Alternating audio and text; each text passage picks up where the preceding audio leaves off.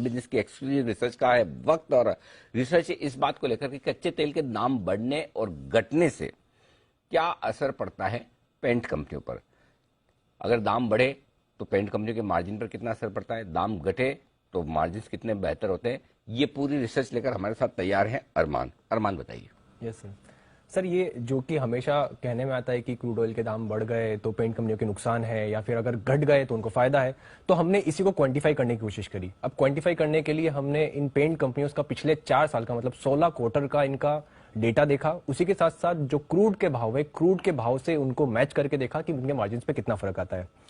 देखिए, अगर ये जो भी आपकी स्क्रीन पर भी आ जाएगा क्रूड WTI का क्रूड का डेटा, FY19 से FY20 तक लगभग 13% जो क्रूड के दाम है वो घटे थे।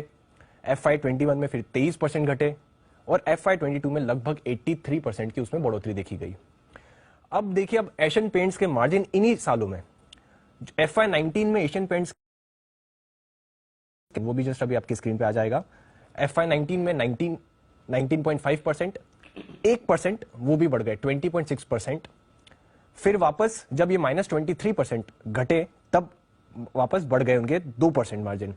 कुल मिला के सिमिलरली आप कंजन नेरोलॉक का भी देखेंगे तो उसमें भी चीज सिमिलर हो जाएगी। मतलब एक सिंपल सा फॉर्मूला ये बनता है कि अगर क्रूड के दाम में 10% का बदलाव आता है तो इनके मार्जिन में 100 बेसिस पॉइंट्स या मान लीजिए 1% उसमें चेंज आ जाता है। और इनवर्स कोरिलेशन है, मतलब अगर क्रूड के दाम अगर 10% बढ़े हैं तो इनके मार्जिन जो है 1% घट जाएंगे, अगर घटे हैं तो इनके मार्जिन 1% बढ़ जाएंगे। ये सिमिलर ट्रेंड आपको कंजन नेरोलॉक में भी दिखेगा। उसके साथ साथ एक और चीज निकल के आई कि ये तो जो बर्जर पेंट्स है, बर्जर पेंट्स के इतना फर्क नहीं पड़ता है, उनके मार्जिन लगभग सस्टेन रहते हैं 15% से लेकर 17% के आसपास ही। अब ये तो पहला पार्ट हुआ। ये पहला पार्ट ये जानने के लिए कि एक्चुअली में कितना परसेंटेज से कितना चेंज होता है, ये हमने कैलकुलेशन के बेसिस पे इसको फॉर्म कर लिया। अब उसके बाद क्या होने वाला है, FY23 में क्या हो सकता है।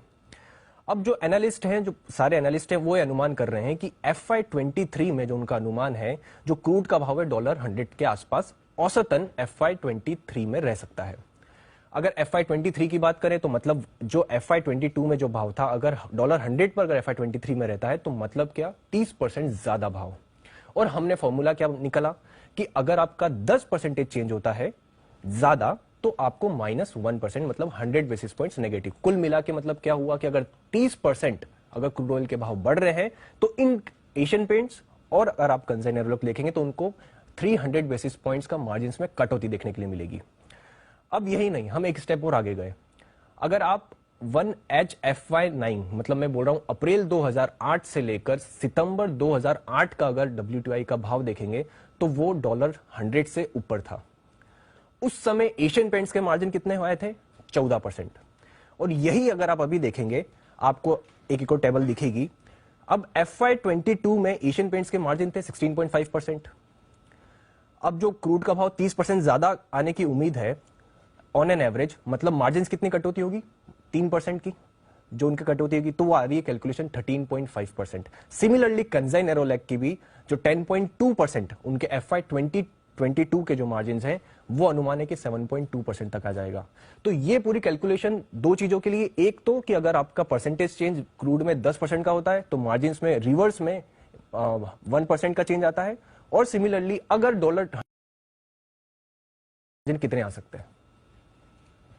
तो बेसिकली आप कह रहे हैं कि हर $10 क्रूड की मूव में 1% मार्जिन का इंपैक्ट आता है। Yes, reverse, correct. रिवर्स में तो अगर $10 ऊपर जाता है तो 1% मार्जिन नीचे आता है। Definitely, yes. और इस साल कितना एवरेज क्रूड में हमने बढ़त देखी है? इस साल हमने FY22 में देखी 83% की बढ़त। 80%। और इसीलिए देखेंगे आप मार्जिन जो है, अगर आप एशियन पेंट्स के मार्जिन देखेंगे तो वो 6% घटे हैं, ऑलरेडी घट चुके हैं। 22.5% से घटकर FY22 में 16.5% आए हैं। वही अगर कंजन नेरोलॉक की बात करेंगे तो उनके मार्जिन 17% से घटकर 10% पे आ गए। 10% पे आ गया। और अब आगे का क्या अनुमान लग रहा है? अब आगे का अनुमान ये है कि अगर जो क्रूड जो है, अगर वो $100 पर रहता है, मतलब औसतन जो आपका पहले FY22 था उससे 30% ज्यादा, तो मतलब क्या हुआ कि 3% मार्जिन और कट होंगे इनके।